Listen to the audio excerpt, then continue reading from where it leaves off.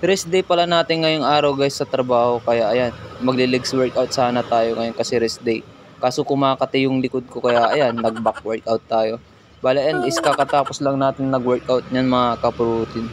Nagpa-practice na din tayo ng konti dito sa mga ginawa nating improvised equipment at DIY mga kapurutin. Yun lang is kulang tayo ng calorie at protein intake. Kaya di pa tayo ganun kalapad. Ayos nga yun. So bago tayo nagbuhat, ayan, nag-stretching muna ako mga kaprutin. Ganyan pala yung stretching ko mga kaprutin. Kaapar yung lalaroin ko. So ganyan lang mga kaprutin yung stretching natin. Yan is para maiwasan natin yung mga pilay or maipit yung ugat. Katapos ko nag-stretching, ayan, nag-pull ups naman tayo mga kaprutin. So ito na yung pinaka warm up set natin mga kaprutin. Dahil sa back tayo, ayan, warm up muna tayo sa pull up. Tapos ang ginawa ko pala dito sa pull up sa mga kaprutin is 2 sets tapos 8 repetition.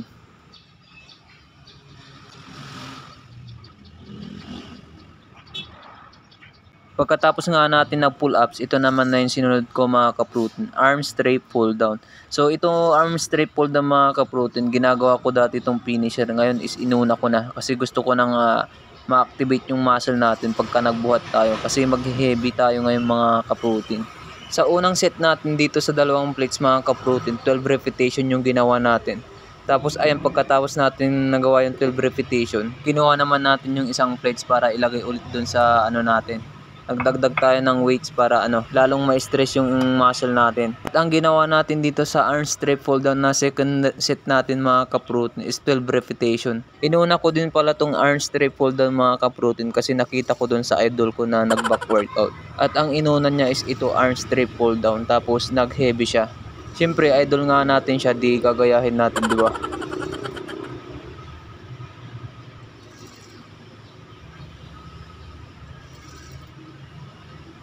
Pagkatapos nga natin nagawa yung 12 repetition sa second set natin mga kaprut, ayan, kinuha natin ulit yung plates para magdagdag ulit ng weights mga kaprutin. So ayun mga kaprutin, pa-heavy ng pa-heavy yung binubuhat natin. Tapos ayan, nagtanggal tayo ng damit kasi naiinitan na ako.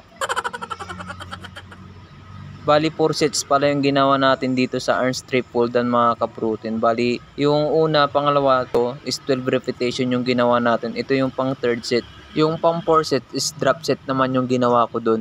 Dito sa pang third set mga kaprutin is 8 repetition lang yung ginawa ko kasi ramdam ko na din yung ngalay sa back ko tsaka sa arms ko. Kaya ayun, 8 repetition lang yung nagawa natin.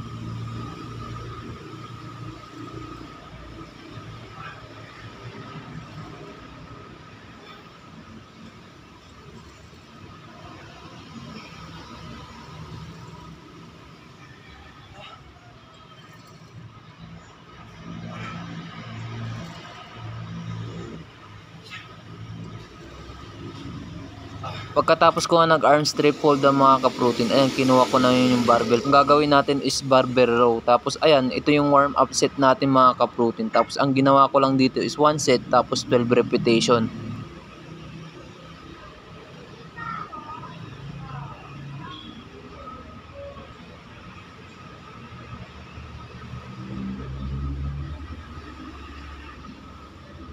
Pagkatapos nga natin nag-warm up set mga kaprutin, ayan, kinuha ko naman yung dalawang plates para dagdagan yung weights natin para mag-heavy tayo.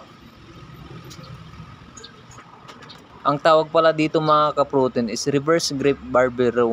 Tapos ayan, ang focus nito mga kaprutin is yung lower back natin, yung sa may lats. Tapos ang ginawa ko dito is 3 sets tapos 10 repetition.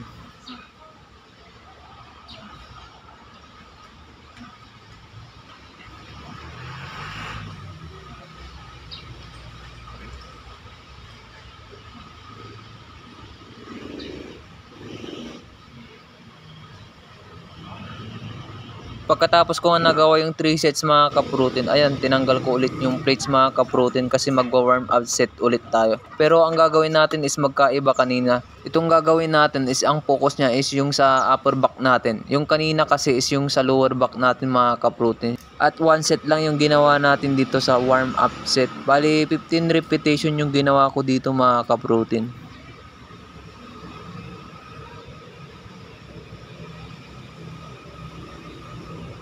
Pagkatapos nga natin nagawa yung 15 repetition sa warm up set, ayan, binalik ko ulit yung plates mga kaprutin kasi mag-heavy na naman tayo. Bali, ganun pa rin yung gagawin natin. Tapos, ang ginawa ko dyan pala mga ka-protein is 2 sets tapos 8 repetition. 8 repetition lang pala yung nagawa natin dito mga ka-protein kasi nararamdaman ko na dun sa braso ko na para akong kinukuryente. Kaya, ayun, 8 repetition lang yung ginawa ko.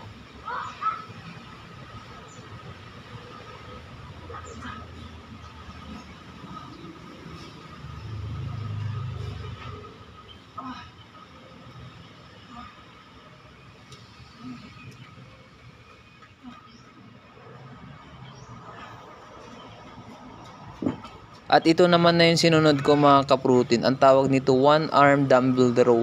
Tapos ang focus nito mga ka-protein is yung lats natin. Tapos ang ginawa ko dito mga ka-protein, 8 repetition side by side. Tapos 2 sets lang yung ginawa natin dito. Tapos hindi na tayo nag-warm up set dito mga ka-protein. Rektang ano na tayo, nag-heavy.